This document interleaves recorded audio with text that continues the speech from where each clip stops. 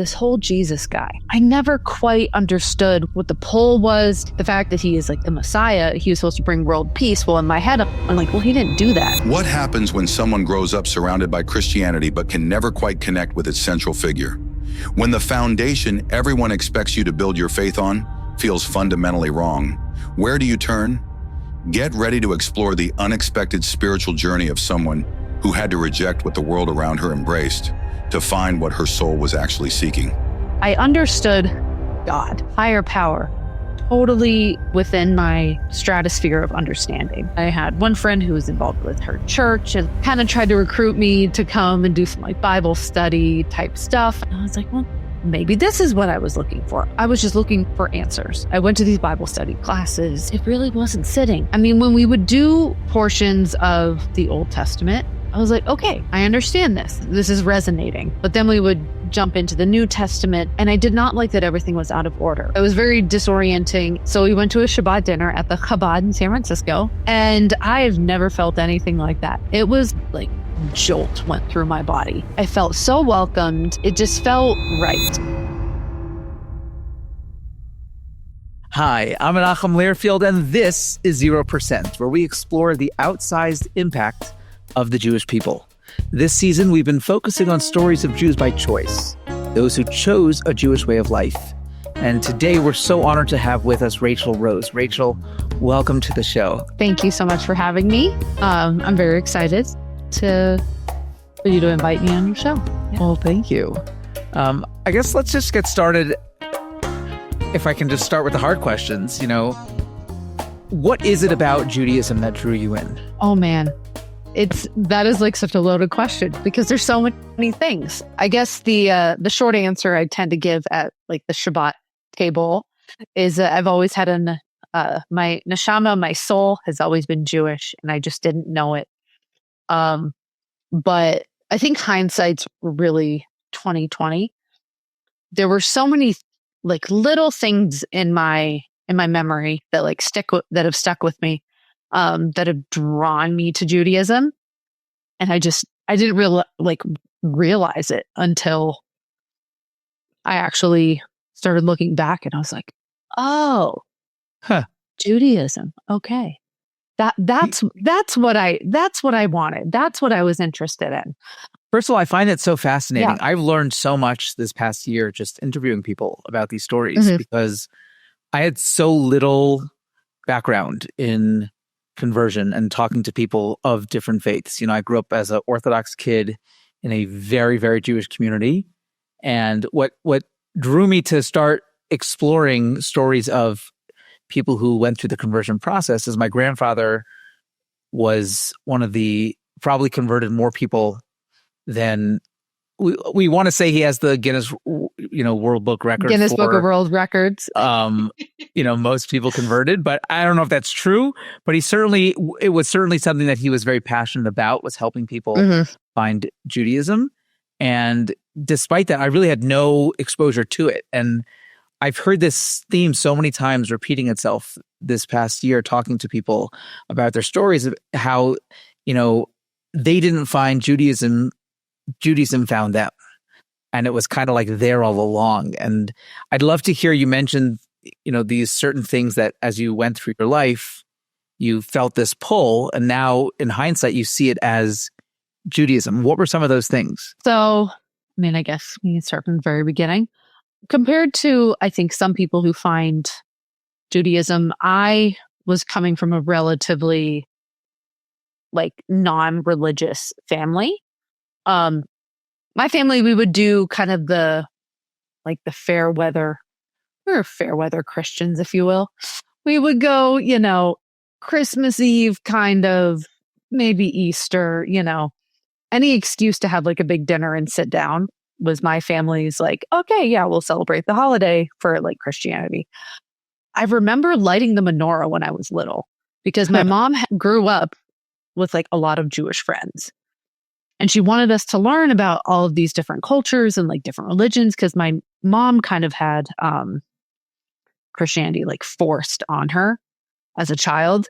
And she never really felt that in her soul. So she's like, I don't want, I don't want to force that on my kids. So I want them to learn about Judaism because I thought it was beautiful. And so I do remember, learning about different religions growing up and going to like Sunday school with friends and stuff. Like if I had a sleepover and I'd stay over with them, I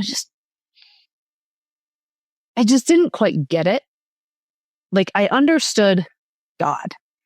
I was like, yes, higher power, totally within my stratosphere of understanding. Like that made sense to me. But this whole Jesus guy, like it just really, I never quite understood what the pull was. And, I'll get into it a little bit later, but the fact, like the fact that he is like the Messiah, he was supposed to bring world peace. Well, in my head, I'm like, well, he didn't do that. Look around. Yeah. Look around, right? Read the room. In my head, I was like, I just didn't, it didn't quite sit with me. And I tried, I really did.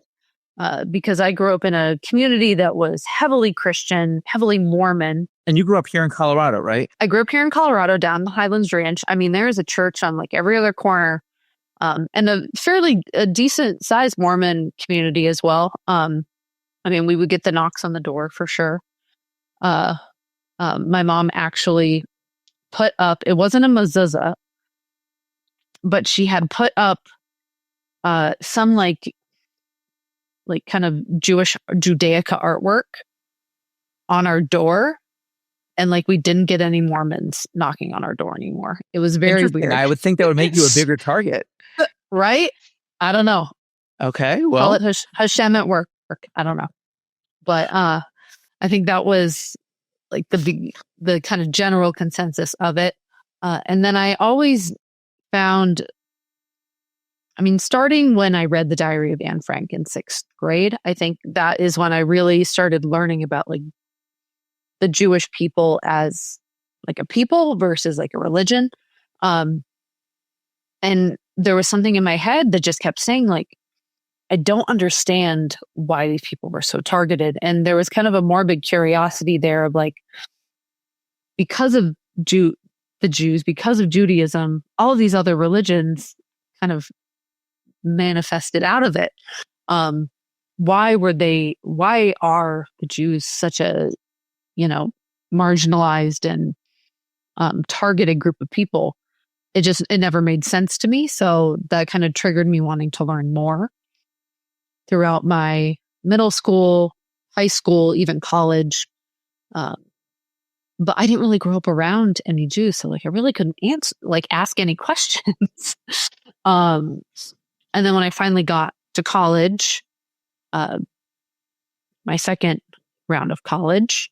So before we get to your college 2.0, let's start with the first round. So what was it like, the first time around undergrad? First time around undergrad was good. I'm a very, I like motivated individual, like a self-starter. And I'm very independent. I'm the oldest. I don't know if that means anything. Oldest daughter. And while I was in college, I had 2 jobs. I was going to school full time. Like I was really, really in it. I was very, very busy. And after college, I decided to go back and work. I got a job at my the dance studio I went to when I was a kid, and the owners of the studio were Jewish, and I wish I could have asked them more questions because I feel like they would have really been a good, Growing up, did you know any Jews? I had friends who were, I like to say Jewish. Ish, yeah. Like they would do, either they were, like the mom was Jewish or the dad was Jewish, but like I think there was one girl in my grade who was like, had a bat mitzvah, but other than that, there was like no one. But the owners of the studio were Jewish, but they were very private and like didn't. How did you know they were Jewish? Did they like bring it up? They talked about it? They brought it up. It was common knowledge. They were very involved with their synagogue, their reform, in the Denver community, and yeah, it was just common knowledge. They had mentioned their bat mitzvahs. They, shared photos of their wedding. There was a chuppah. Everyone was wearing kippahs. Like it was common knowledge. And I had so many questions, but like they were my bosses. I didn't know what was appropriate or not, So I ended up like kind of just mental note. And then when I was going to school and making friends and whatnot, I had one friend who was involved with her church and like kind of tried to recruit me to come and do some like Bible study type stuff. And I begrudgingly went. I was like, well, maybe, I don't know. Maybe this is what I was looking for. I didn't like, this is all, hindsight is all 2020 where you're just like, I didn't really know I was looking for Judaism. I was just looking for something, for answers, I think would be the best way to put it. And I went to these Bible study classes and it really wasn't sitting. I mean, when we would do portions of the Old Testament, the Torah, I was like, okay, I understand this. This makes sense to me. I can, this is resonating. But then we would jump into the New Testament, and I did not like that everything was out of order. Like it was a very pick and choose. I don't know if that was because I was hopping around or they were running on a different curriculum. It was orienting. Yeah, it was very disorienting, and it didn't feel like there was much flow to the learning. In Judaism, like you have the Torah portion for this week, and then it goes right into the one for next week, and next it's in chronological order. It was not that way. So I slowly did the slow fade, if you will, from that. So I kept working at the dance studio. I eventually was like, okay, I need to figure out eventually what I want to do with my life. I don't want to be a receptionist at a dance studio for, my career. Ended up deciding, I'm going to go back to school, go to fashion design school in San Francisco. And it was probably the best decision I've ever made, to get out of, I don't know, kind of seek discomfort in a way of challenging myself and doing something new and moving away from home. And in the process of that, I met this guy that I dated for a little bit who was Jewish. And I finally got the opportunity to ask all of those questions that had been kind of resonating in my mind. List that you've been compiling. Oh my gosh. I sent decades. I'm pretty sure I sent him an email, and it was like bullet points out of like just things I was curious about. And it wasn't anything to do with like Christianity. It was just things that I had heard kind of through the grapevine of my previous, my bosses, and then subsequent coworkers. And a lot of it was cultural. Not too much of it was religious at that time.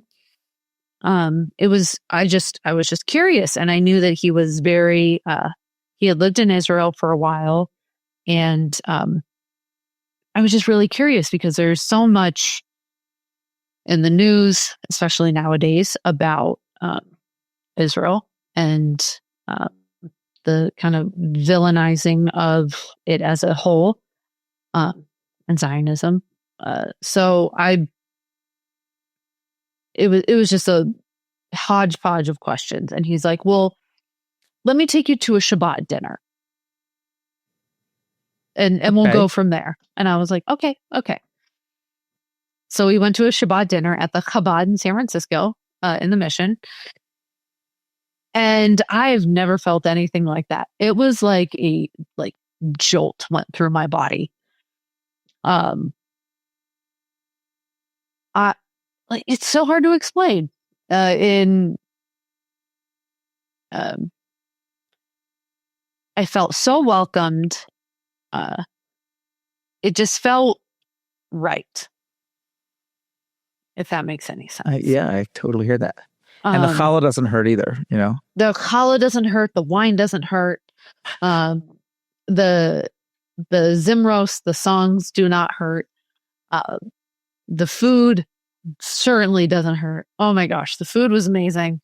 And then it became kind of a regular thing of he and I like doing Shabbat dinners, like going to events in San Francisco. And then COVID happened. Ooh. And everything shut down. And I was an essential employee. So I went to San Francisco to work in design, go to design school, work in design. I ended up working in security, like physical security. I was 26 and getting kicked off my parents' health insurance. And I was like, I need something with benefits. So I had a friend of a friend who was like, well, just become a security guard. It's union in California. You'll get health, dental, and vision. I'm like, great. So I started as like a low level security officer at the company I still work at now. Did you have to go through training for that? So you go through like a week of like onboarding and training. You have to do a full background check, federal, state, the whole 9 yards in that regard. And then usually do about like 2 weeks of kind of shadowing of someone. But yeah, it's a full week, like 9-hour days of straight classes and training on, it's mainly like the legality, like the legal system of it all and like what you are allowed and not allowed to do as a security officer, and dealing with different, criminal situations or disputes. So it was fun. I really enjoyed it as someone who grew up watching like Law and Order and all those like TV crime documentaries. I was like, okay, I can dig it. I love my job now because I'm still working for that same company, and I've moved up through the ranks, but started as like a lobby security guard. And then COVID happened and the buildings still needed security. So I still had to go into the office every day. And I was watching empty cameras, seeing empty badge activity. So I just ended up researching Judaism and started teaching myself Hebrew. And, when you're stuck in front of like a computer screen all day and, you're trying to keep yourself sane, especially during the global pandemic, it was for me, it felt like an amazing use of my time because I really got to put as much of my mental load into something positive versus dwelling on, the chaos that was happening around me. While getting paid and getting benefits. I was still doing my job, mind you. Unfortunately, there was just like not a lot to do. And I was a lot of the time I would have to do like double shifts, or I'd have to kind of stay at the office and kind of wait around for a shift to start because of public transportation. Their hours were all cut. So I'd end up just kind of sitting in like the lobby or the common areas waiting for my shift to start because I had to get there, 4 hours early. Now, of that mental list that you had, like how much of that did that guy you were seeing, how much of that was he able to answer and how much of that kind of still stayed lingering? He was able to answer a good amount of questions. A lot of it was, okay, well, at the beginning, it started as very generalized questions of, okay, well, what is the Sabbath or what is Shabbat?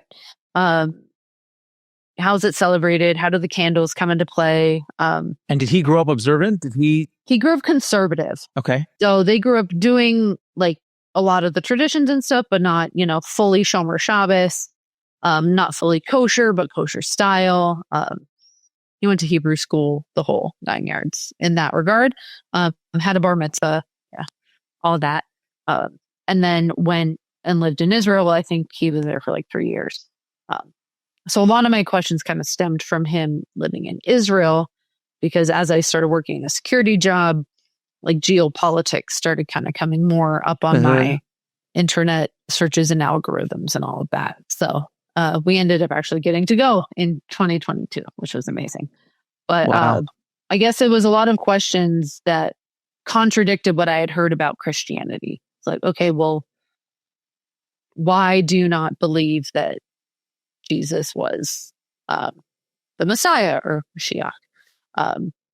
What's the difference between the New Testament and the Old Testament? What books are included in I was like, well, what is a Tanakh? I hear this word thrown around all the time. Like, it was a lot of like Hebrew words that I'd started to hear a lot more of. And it was in reference to all the different books and literature that kind of surround the Torah. That you ask any other person on the street, it's not Jewish, and you're like, well, what is Nevi'im? And they're like, I don't know. What's Tehillim? And it's like, it's actually books that they know. It's just different. Right. And the truth is, if you ask most Jews, they probably wouldn't know, unfortunately. I mean, that's right. The state of the Jewish people today. You don't exactly take for granted what is known and what's not. Are there any resources that you, during that self-exploration period, were there any particular resources, websites that you found most helpful or most, resonated with you more than others? Yeah. I will say Chabad.org has a lot of good content of they have a really good search algorithm. However, they have it calculated, because you can put in a word, if it's spelled wrong, if it's totally off, the spelling can be totally awful. You put it in and it really, it'll pull up a lot of info for you. And the nice part about it is it'll direct you to other sites that are kind of correlated to Chabad.org. As I started researching more about Judaism, my social media algorithm changed. Yes. And I still very much use social media for my job. But I will admit to being a doom scroller on occasion of content on Instagram and all of that. But I try to curtail my content now. But it started popping up with Judaism. And then I did a lot of YouTube searches. I mean, part of my job now is a lot of internet research.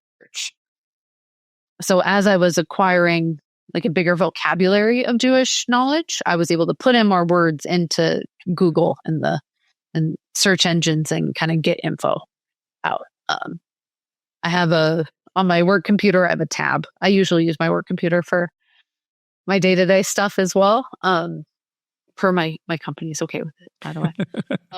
We're not telling anybody. And if they're in cybersecurity, they probably know anyway. So, right, exactly. They would have yelled at me a long time ago. But I have a tab of Jewish resources. So aish.com, Chabad.org. We've got the some different translating websites, different blogs, and so on and so forth. So I used a hodgepodge of information. Some podcasts, some Instagram videos. There's a couple content creators that are amazing at describing Judaism that I've actually forwarded to my family as you wanted to know why I'm covering my hair. Well, here's this great video that explains it. That's not for me, So that's helpful. That was. How did your family respond and react at that? So again, at this point of your journey, you haven't made the decision to convert yet. Correct. But you're learning, you're exploring, do you talk to your family about this as you're going through that journey, or is it really more internal? And I have a really, really good, close relationship with my mom and my sister and my family. And they've always been very supportive. And I know I am extremely lucky and blessed to have a supportive family. Because I know a lot of people who have gone through conversions don't. And it Right. can be really hard. And That's huge. And I imagine it's also it's a lot easier huge. because they weren't coming from like a strong religious background where it was I mean, they don't think that you are damned to hell and, how could you have Oh, no. I abandoned mean, us they and all think that I'm stuff. So that's totally very helpful. crazy, Right. but, but they don't think my soul is gonna, rot in fiery pits for eternity. No, none of That's that. helpful. It is so helpful.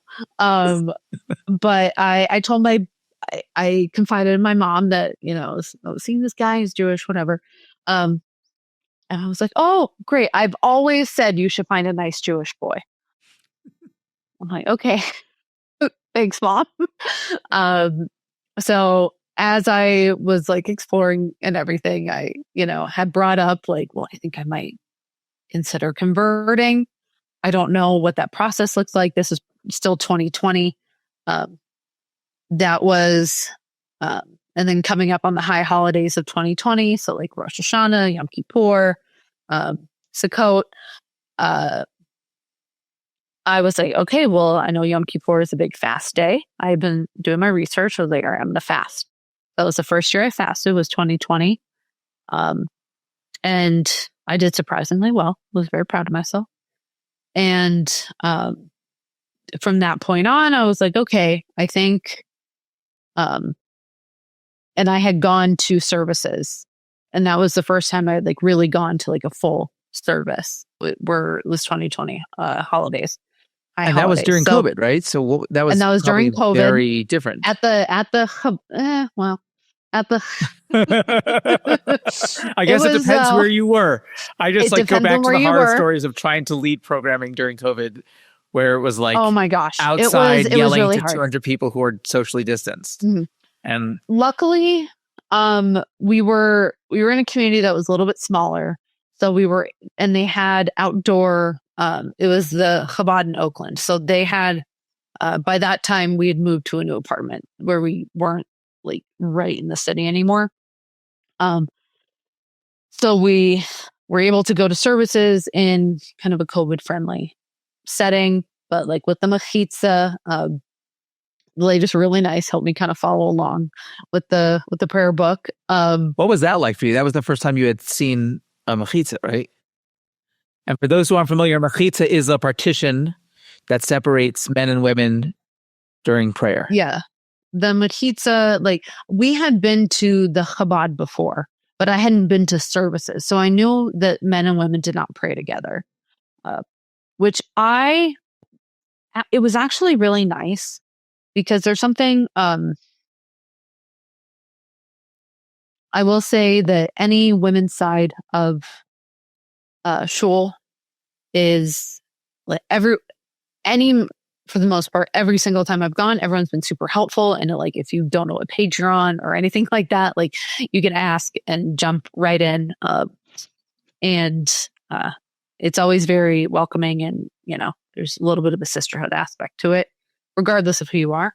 And they were able to help me kind of find my page and know where we were because we showed up a little late in Jewish Standard Time fashion. And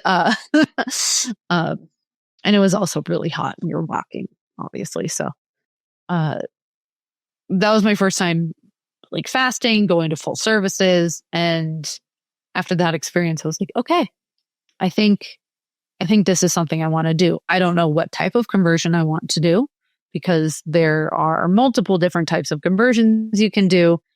You can do a reformed conversion, which is probably the easiest route. In that regard, you can do a conservative one or you can do an Orthodox one. I am the type of person who, if I'm going to do something,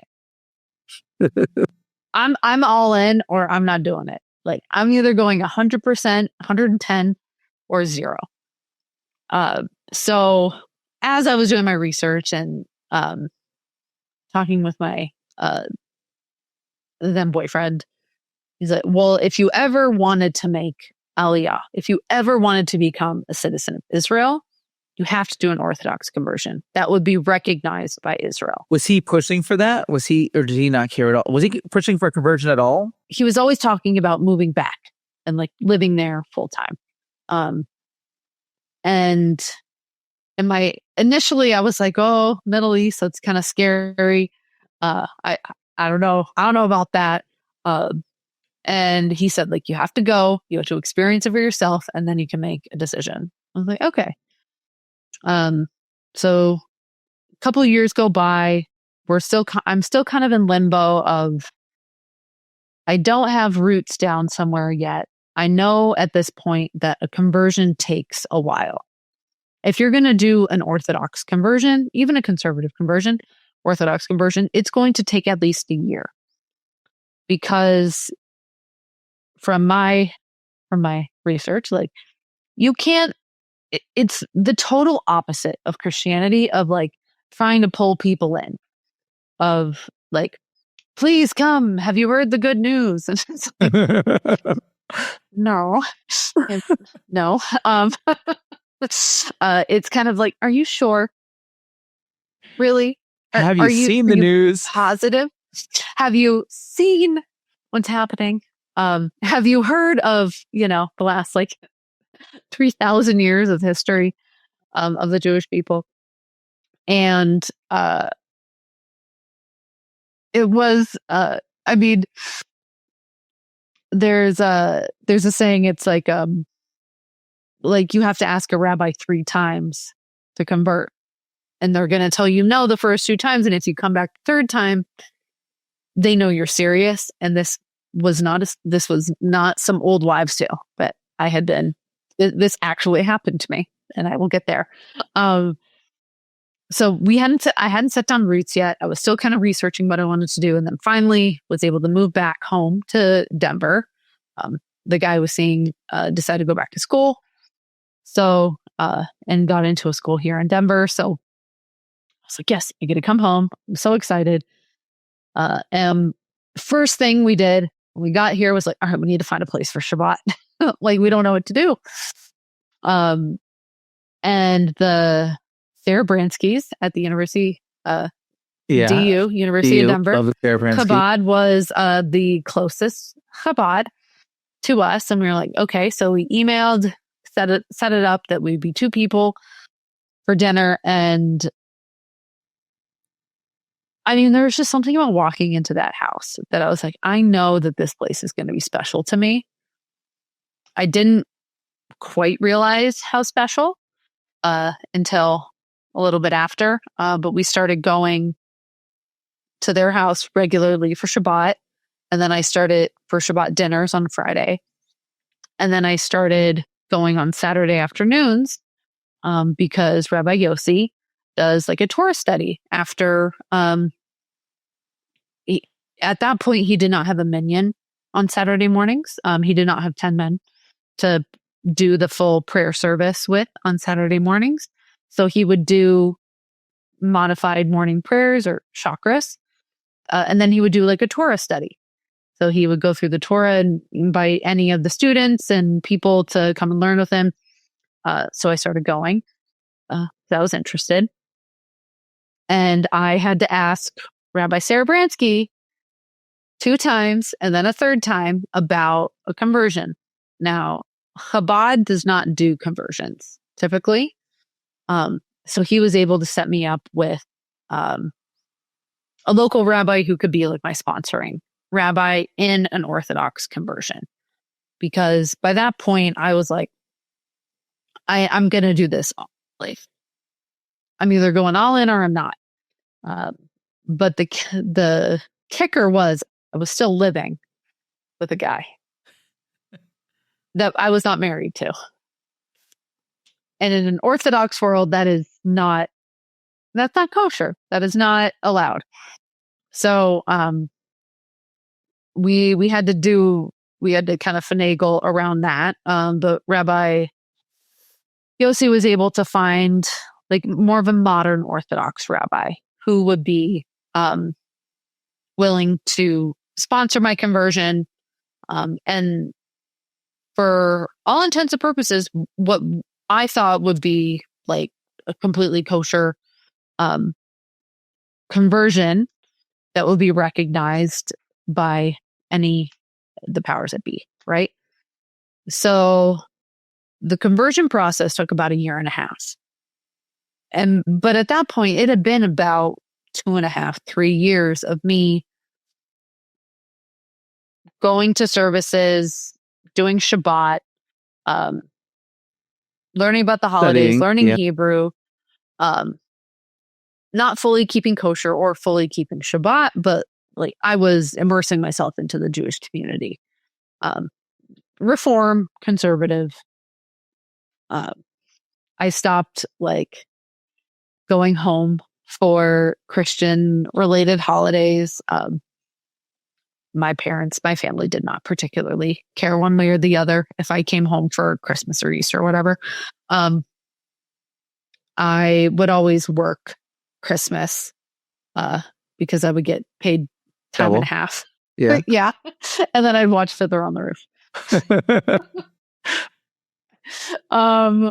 So Rabbi Yossi was able to set me up for my conversion. And then I slowly started to add on observances throughout the process, because if you're going to go from 0 to 100 in a conversion, you're going to get burnt out.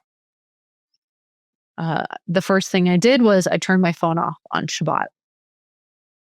I went that was probably like a big step. That's huge. But for some, it's a huge step. But because I am constantly on my computer, on my phone all day for work, it was so nice to just turn it off and not have to think about it. I made sure I had a lot of good books to read. I would go over to Sarah Bransky's. I hang out with my roommate. I take my play with my dog. Like there were so many other things I could do that weren't looking at my phone, that it made the day so much more relaxing. And then I would slowly start to add on different observances of like, okay, well, I'll make sure all the lights are set to my liking and all of that. And as I started going through the conversion, I realized that the guy that I was seeing was not going to be going along this process with me. So I decided to break up with him because I knew that it wasn't going to be. I knew I could not finish my conversion and continue living as an Orthodox Jew and still be with him. So it's almost like you saw the path where you wanted to go, and his journey was not in that direction, at least not now. Right. And I knew that he still had a strong Jewish identity. He still had a strong faith. Advent, really, really involved and very proud of who he was. But I just knew that like being completely Shomer Shabbat, or like Shabbat observant, having a kosher kitchen, keeping kosher all the time, not just at home, but also like eating out. I knew it was never going to happen. It wasn't in the cards. And so, I mean, that was a tough decision, but it was one of the, like, I would not be married to the love of my life with twins, with twin babies, if it was not for that. He was kind of my door into Judaism, and I will always be thankful to him for that. But as soon as I moved out, I got my own apartment, and I immediately koshered my kitchen. I was so excited. It was like very so freeing, exciting. And now, like, you were not having to, navigate this with something kind of pulling you down.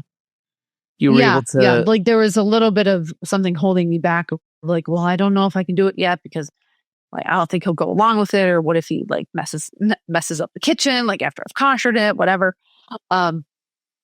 So I koshered my kitchen, and throughout this whole process, like I was doing worksheets and going and studying with Rabbi Yossi and my sponsoring rabbi, and I got involved with young Jewish professionals. I would go to some I sat on the board for like some women's events, and help organize things like that. Like I was trying to really get the full gambit of information as much as I could, as much as I can. And I was actually able to learn modern Hebrew and get a little bit subsidized payment for my work for learning a new language. That's cool. Very nice. It helped with the Torah Hebrew as well. So went through and I koshered my kitchen in my new apartment. I was very excited and, started dressing more modestly. That was also a bit of a adjustment, a bit of a change. But as someone who's always been interested in fashion, a lot of high-end fashion, like fashion that you would consider to be chic and on trend and like timeless, tends to be a little bit more modest. A lot of the more fast fashion or like trendy things that kind of come and go tend to be a little bit more provocative, for my, at least from my research and my experience. So it's definitely been a little bit of a challenge in certain scenarios. I think more of like the athleisure wear of like finding things that would be comfortable to like work out in that are so modest. A little bit of a challenge, but I like a challenge, so it hasn't been too bad in that regard. But there is something, and you can always make your own. It sounds like there's a and I can always make my own. I've got a home market here in Denver, right?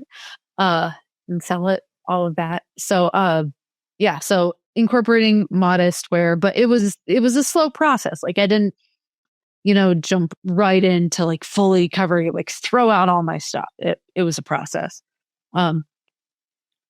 So that was like March of 2023 when I koshered the kitchen, moved into my own apartment, and really was approaching that finish line of going in front of the Beis Din, the Jewish court, for my final interview.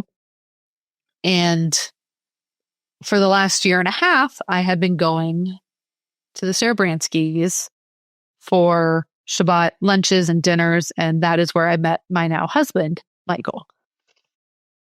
He was a friend. He helped me study. He was always there on Saturdays. He was kind of becoming observant at the same time that I was doing my conversion. So we were on these kind of parallel paths with each other, but never really not realizing it until probably about the summer of 2023, where he was like, oh, well, he's about to finish your conversion. I don't know, maybe.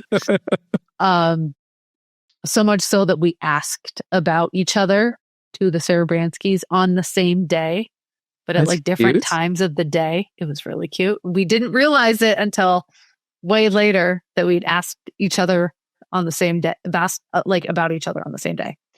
So I was about to go in front of the Beis Din for my final interview, and the Serabrantskys were out of town. So Michael messaged me and was like, hey, do you want any help like preparing for your final interview? I can help quiz you on questions, because part of the conversion process is a final interview, almost like a test, where a panel of rabbis just grill you on Jewish knowledge. And it's very intimidating. Everything from like the Torah to Shabbat customs to halakha or Jewish law, and like everything in between. It's very intimidating. It's I'm a very rabbi, and I intimidating. sat with somebody, at the Beis Din as they were going through their conversion. I remember feeling so intimidated just by the experience, and I was like, I cannot imagine if I was in this person's shoes. Like, I'm not. I have nothing. My gosh, I'm like a fly on the wall, and I feel intimidated. Yeah. It was, I was freaking out. It wasn't like a written test. It's an oral, like it's an interview, but I mean, they jumped around. There wasn't like a syllabus or anything of like what questions they're going to ask you or for you to prepare. So you just kind of have to know a lot going in. So he was like, well, do you want some help? Like,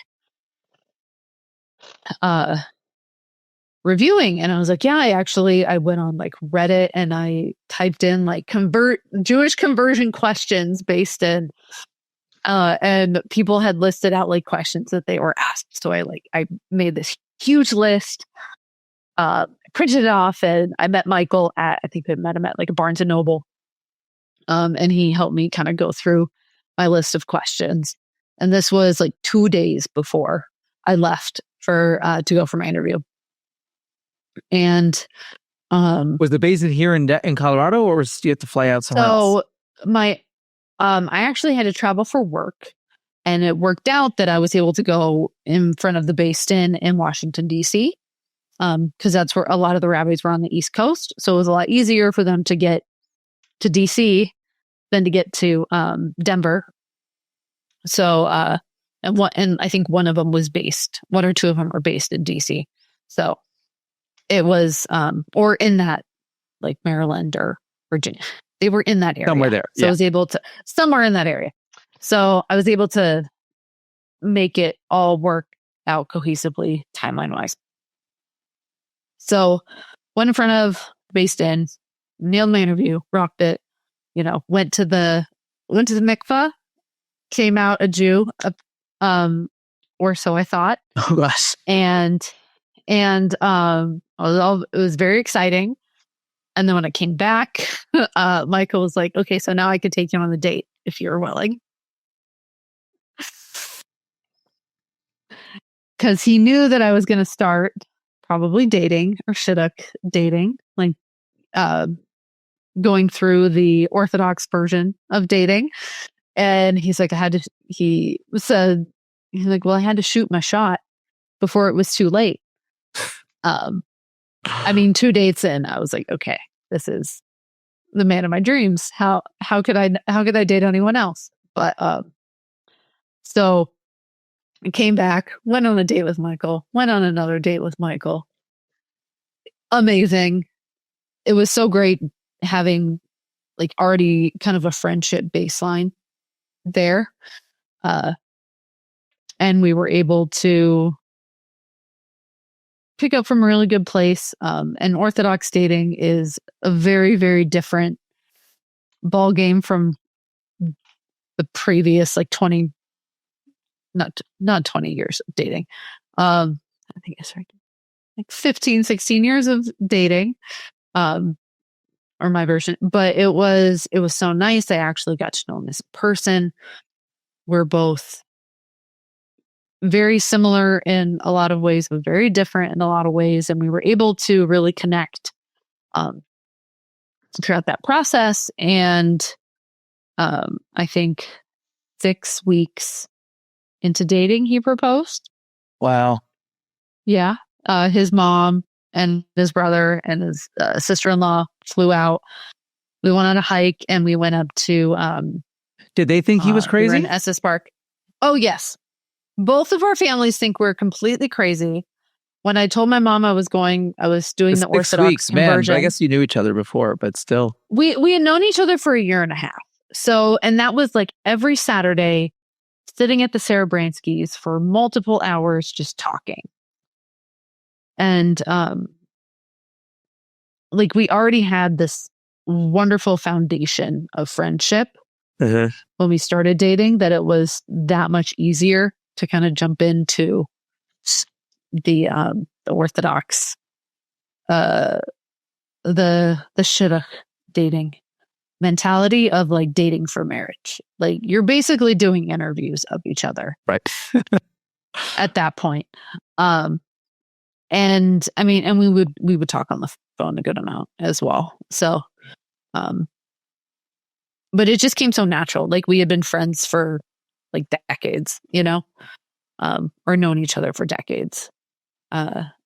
So we were dating, we got engaged, and then a long kind of convoluted story, we found out that my conversion was not like a fully kosher conversion. Like there was some issues with the Beis Din or the rabbis or something, I don't know. But it was not going to be recognized by Israel in any, and they didn't tell you any that of this regard. beforehand. And no, and I had no idea. So when Michael and I were like pretty much like properly engaged, and like looking at what community we wanted to go to, we realized like, oh no, I didn't fully, like, my conversion isn't holding. So there was a period of like us freaking out a little of like, what are we going to do? What are we going to do? We didn't know if we should tell anyone. Like we were really, really scared, nervous, anxious, all of the feelings. Finally spoke with Rabbi Siderson and he told us like, you should have come to me like 3 weeks ago. We're like, oh, sorry. We didn't know what to do. And thank God he was able to direct us in the right direction. Fast track the process. Not necessarily like fast track it. Like he kind of did a preliminary interview to see how much I knew. And I try not to be, I don't think I'm a braggart or a very pompous person, but I nailed the interview. I did really well. He asked me a lot of questions.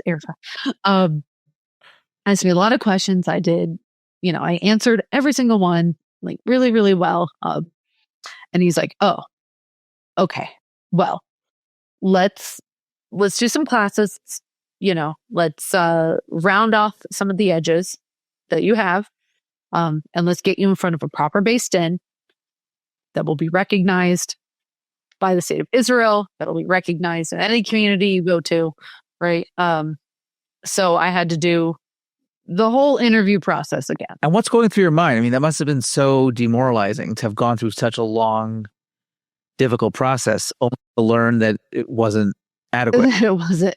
Yeah, it was hard. I was very disheartened. I was, obviously upset that, there's part of me was like, all of that hard work I did, like I felt like I had done it for nothing. And then we talked to Rabbi Siderson, and he, was like, no, we can fix this. It's fine. Like, do not worry. But it was a solid 3 weeks of me freaking out of like, I've wasted, like, it's not like it's like I hadn't wasted that time because I learned so much, but it was like, did I just do all of this for nothing? Like, my hope was that I would be able to do an Orthodox conversion so that any of my children would be Jewish and would never have to question that.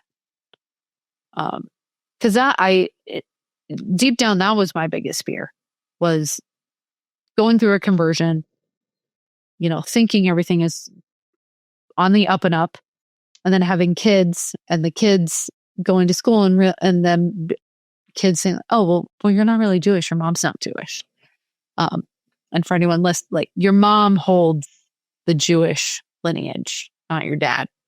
So if I'm not Jewish and I have kids, they will not be Jewish if I do not do a proper conversion. So, and especially finding that out after you're engaged is a little like terrifying. You're like, oh my God, what am I going to do? So Baruch Hashem, thank God, everything got sorted out. I had 2 really strong interviews with the Beis Din, and then at that point there was already a local Beis Din here, right?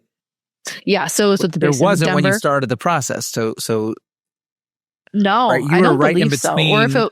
the previous conversion system and actually having a local Beis Din, which is kind of a new thing here in Denver. Yes. Because initially I was, I had researched like going to the CR, like going in front of the CRC, the Chicago Rabbinical Court. But that was going to be extremely expensive. For me to go to Chicago, because I would have had to go like a lot. But the process that I had, before the Denver Beis Din, me going to DC because my office is there for work. I work from home, but my team is based in DC. That was a lot easier for me to go to like interview in DC. So, anyway, yeah, there wasn't really like a proper like Beis Din when I started the process like 2 years before. So, but thank God everything got sorted, and I was able to properly finish my conversion, or properly convert, on January 14th, 2024. And then Michael and I were married end of February 2024. And then we found out I was pregnant in May of 2024 with twins. And then I gave birth to the twins on January 14th, 2025. Wow. So exactly 1 year later, It's unbelievable. Michael and I had our twins. And if that isn't Hashem at work, I do not know what is. Because throughout the entire process, I've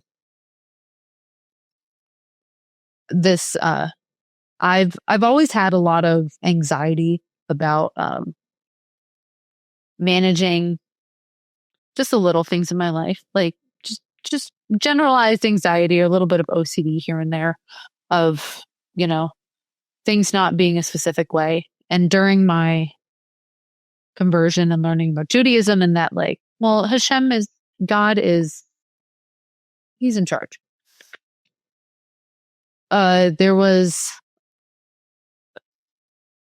a part of me that relaxed a little, and it kind of let go. And it's like, okay, if it's going to be this way, there's a reason for it. Hashem has a plan. There's nothing I can do everything to the best of my abilities, in my life, but it's God's will. At the end of the day, Hashem doesn't give you anything you can't handle. It's a good lesson. Yeah. And I have the cutest babies in the entire world. I love that. I am so in love. I love them so much. He is blessed. Like, Hashem has blessed us, like, time and time again. I can't even, like, if you would have asked me 10 years ago, like, what my life would be right now, I could have never told you this is the life I would have. So I'm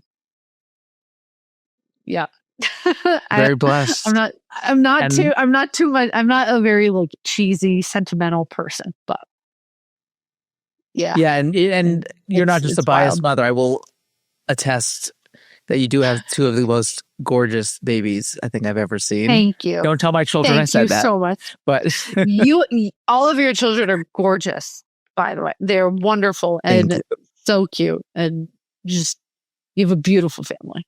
So you're very blessed.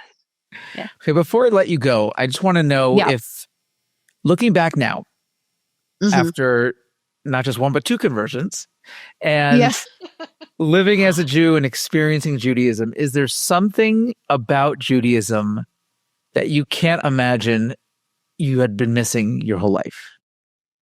Shabbat. There is something magical that happens on Shabbos, for lack of a better term. I grew up not like I love my family. My dad traveled a lot for work. So we didn't really get to have as many like sit down meals as, as we would have liked, I think. And my sister and I were always constantly doing extracurriculars and sports and what have you. And like stopping the clock and like being together as a family and disconnecting from the rest of the world and connecting with God and with your loved ones and with food and with things that really matter in your life it has been such a grounding experience. And I do not think I could survive in the world today without Shabbos. I don't think that's an exaggeration. I really don't see how people function without Shabbos in their lives. It's really a remarkable gift. And that's why it's one of the few things in Judaism that Jewish tradition calls a gift. Right? The Talmud says that Shabbos is the gift that was given to us. And it really is that gift that keeps on giving. Yeah. And I love that you've had that perspective of having life without it and then seeing what life is like with it. I mean, there are so many people who are of the Jewish faith, born their whole lives, and they've never really experienced an authentic Shabbos. And when they look at Shabbos, they see it as this restrictive thing where I can't do all these things, but they don't see it as the most freeing experience because you, like you said, you can't really understand it unless you've experienced it. Yeah. I remember I went to Israel in 2022. And what was that like being in Israel? It's crazy to say that, like, going somewhere that you've never been, and as soon as you get there, you feel at home. I've never felt that way until I like stepped foot in Jerusalem. It was such a weird feeling. Like I couldn't really put my finger on it, but I mean, we got there really, really late. Like we didn't get back to, we didn't like check into our hotel till really, really late. So like the next morning, I was so jet lagged, just fell asleep immediately. But when we woke up the next morning and we walked down to the old city, it was just so familiar. It was so familiar. Like I had been there before, not like I had been there before, but like I had been there before. Like there was something so homey and welcoming and just familiar about it. There really isn't any other word, I think, to describe it. It's like, it just felt familiar. I was not scared or nervous to be, in the Middle East or anything like that. Like, no, I was in Jerusalem. I was in Eretz Israel. I felt at peace, at home. It was, we went like mid-May. The weather was beautiful. Israel is something else. Everyone is so, just so full of life and vibrant. Mamish, like vibrant and not chutzpah, but that too. Just that too. There's a lot of chutzpah in Israel, I will say. It takes a very strong-willed person to go to the market on a Friday afternoon right before Shabbat. Like, you better have your elbows ready because you are about to. I always tell people you can go to the market just to see and experience it on Friday, and you absolutely should. But 100%. As a tourist or as an American, never go there trying to actually get the things you need for Shabbat. No, you need to have a stroller, bubby cart, but with no person in the stroller. Like, you need a stroller that you can use to like get people out of the way and like to hold your groceries, right?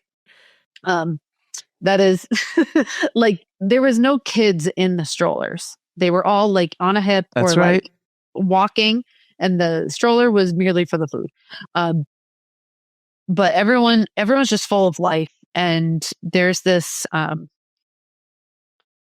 resilience that that happens when you are in Israel. And everyone is just so happy, and just, Hashem is at work everywhere. It's crazy. It's crazy how different it is from the way we see it looking on the news in America. Like, we went to Israel ridiculous. in November, right after, weeks after October 7th. Yeah. And it was considered so crazy that we were going that we had every single news channel reach out to do a story about these crazy people from Denver who are going to Israel in the middle of a war.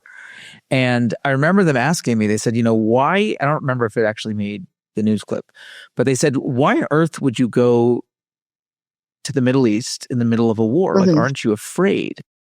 And I remember saying to the reporter, I said, there is no place in the world, even post October 7th, where I feel more safe, maybe especially since October 7th, where I feel more safe 100%. Than in Israel. And even with ballistic missiles falling from Iran, like, I feel safest in Jerusalem, much more so than I do here in Denver. 100%. Even as we go through this process of trying to recruit people for Israel trips, we have a bunch of trips coming up in the coming year. And I'm just trying to wait for the right time to bring it up because people think we're insane. And you try to explain to them when you're there, it's a different story. It's a different experience. You don't feel the fear and you don't see any of that because all you see is the resilience of this people.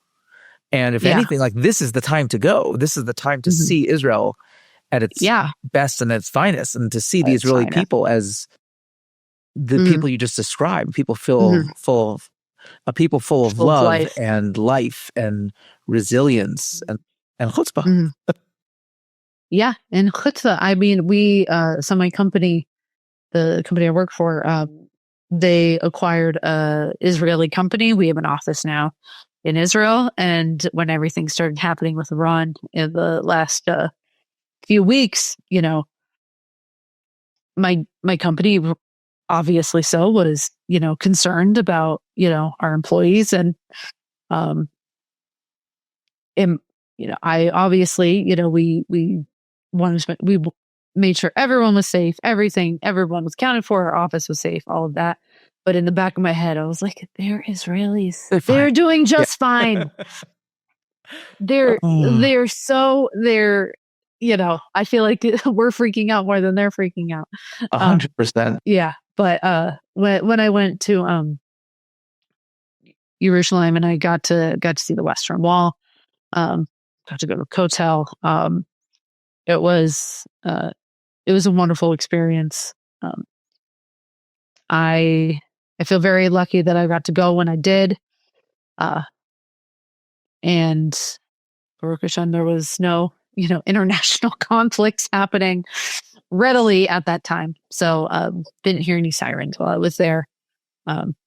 But got to go to Jerusalem, went to the Dead Sea. We actually were able to drive through the West Bank up to Tiberias, drove through, went to some vineyards, stocked up on some wine. It was very, very nice.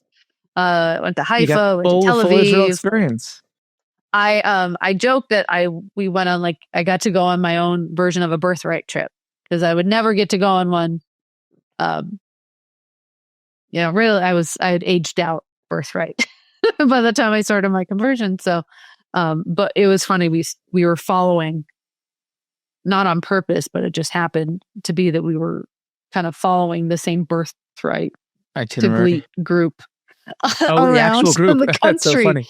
No, there was the same kids at every place we went. I was like, no, we're not following you. I promise. So that's awesome. Okay, I'm sorry for taking us so far off here. Let's get back to your story. Even though it's Israel, it still has kind of a European culture of there's a lot of smoking, cigarettes and stuff. But on Shabbos, you cannot start a fire. So people don't smoke cigarettes on Shabbos. And I remember getting into a conversation with someone about not smoking on Shabbos. And they're like, I don't crave cigarettes on Shabbos. I don't have any inkling to smoke. But as soon as Shabbos is over, he's, That's right. first out the door. But like there's something so powerful about the day that even like such a addictive thing like cigarettes doesn't crave it. Doesn't faze him at all that he can't smoke a cigarette. And I feel like that mentality and having that gift of like, okay, 25 hours of the island being free of that. Yeah. So beautiful. Well, thank you so much for joining us, Rachel. Thanks for sharing your story. Thank you.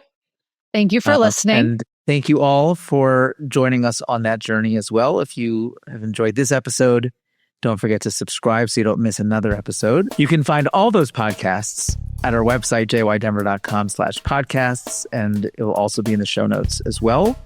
And Rachel, if it's okay with you, I'll put contact information for you also in the show notes. So if anybody wants to get in touch with you, if they have questions, I always say questions, comments, rebuttals, but it'll just be questions in this case. Okay. They can reach out to you through the show notes. So thank you once again. Thank you all for listening. And we hope to see you back here next month on 0%.